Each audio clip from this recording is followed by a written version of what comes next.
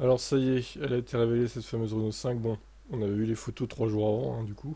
On savait à quoi s'attendre. C'est exactement la même couleur qui était révélée en plus.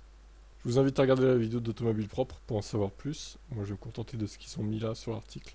Et des quelques photos qu'on peut voir sur plusieurs angles. Bon alors, ouais, après il faudrait voir dans une autre couleur parce que le jaune... je veux bien, c'est le jaune Renault, hein, mais bon. Perso, moi rouler dans une voiture jaune, ça ira quoi, hein. Non merci, hein.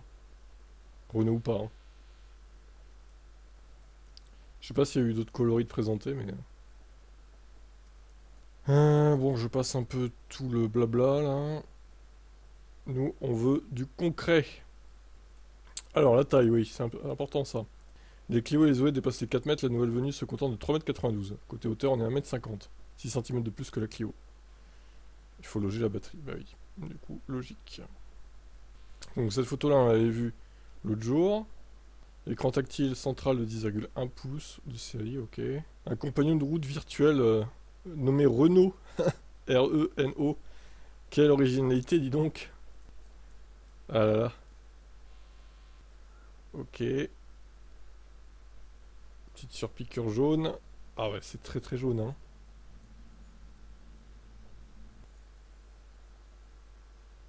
L'infotainment. Alors 348 km pour 87% de batterie. Ouais, ça fait 400 km d'autonomie quoi à peu près. Ce qui est logique. De toute façon, on va le voir plus loin, j'imagine. 1,77 m de large, bon, la taille est plutôt contenue. 326 litres de coffre. Un seuil assez haut, ça prend en compte aussi le rangement pour le câble. Bon, après, ça reste correct, je trouve. Alors, les moteurs et la batterie, ça c'est important.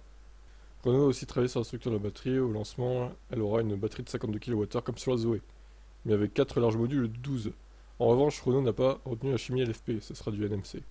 Donc 400, bah, c'est la même autonomie que la Zoé et la même batterie quoi, donc voilà. 150 chevaux, la puissance du moteur. 0 à 100 en 8 secondes, à moins de 8 secondes même.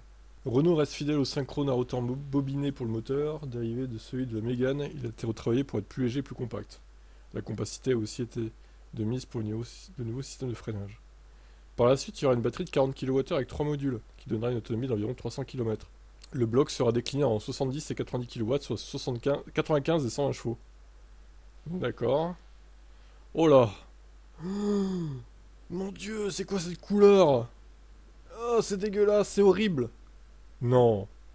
Il y a vraiment des gens qui vont acheter cette couleur là? Non, mais rassurez-moi dans les commentaires, vous allez pas faire ça quoi.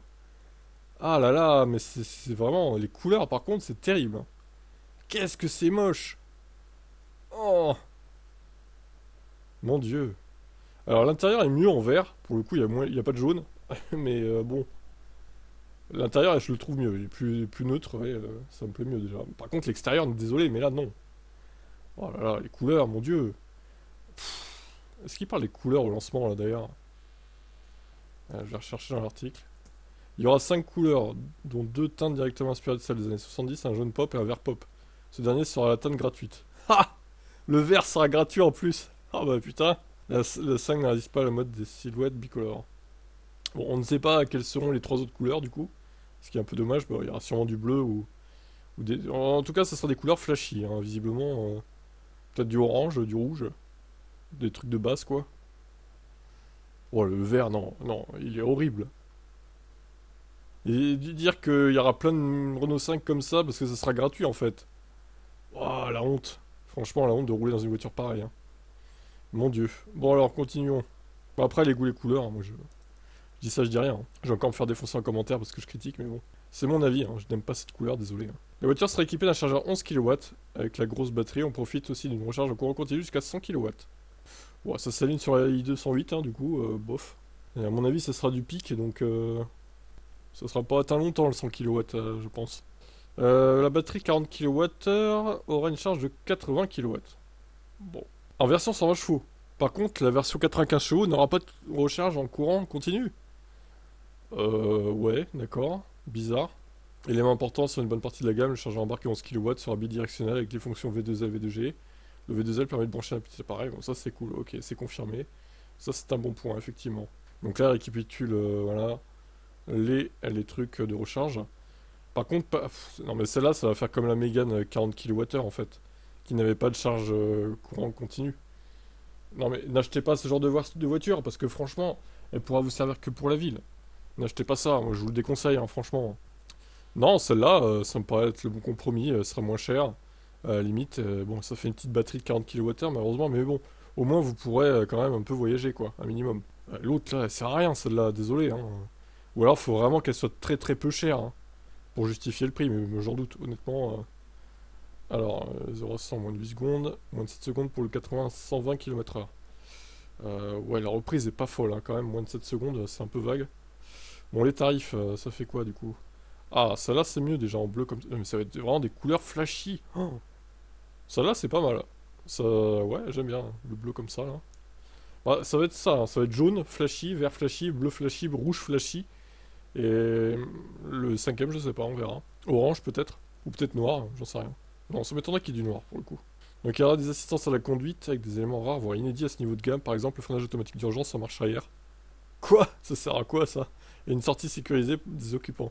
Le régulateur de la vitesse adaptatif s'aide aussi de la géolocalisation. Preuve que l'R5 est plutôt typé haut de gamme. Ouais, mais alors le prix, il faudrait pas trop qu'il soit haut de gamme là quand même, hein. Mais ils en parlent pas. Renault dit que ce sera à partir de 25 000 euros environ, avec la batterie de 40 kWh, le bloc de 95 chevaux. Oh là là, elle n'aura pas de charge rapide, hein, on précise, hein.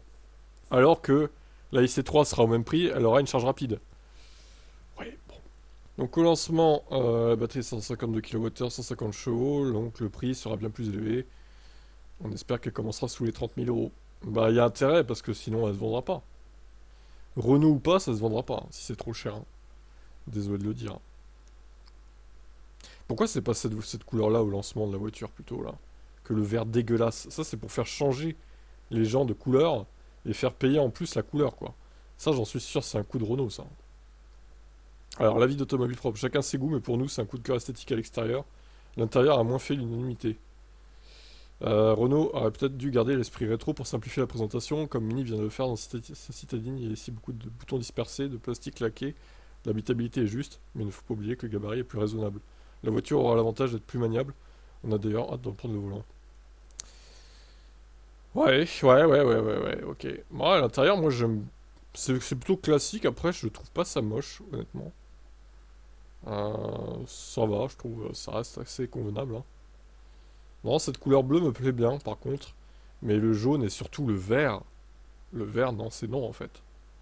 Franchement, dans les commentaires, dites-moi si vous êtes intéressé par cette voiture et si oui, quelle couleur vous allez la prendre? Dans quelle couleur? Parce que là, on rappelle que le vert c'est la couleur gratuite. Est-ce que vous allez vraiment prendre une voiture verte comme ça? Vraiment? Enfin, parce que là, des voitures aussi flashy vert, c'est du jamais vu, hein. J'ai jamais vu ça, hein. Bon, qu'est-ce que vous en pensez de cette Renault 5 du coup? Putain, 8 minutes la vidéo, je pensais que ce serait plus court, mais ok, au final, non, hein.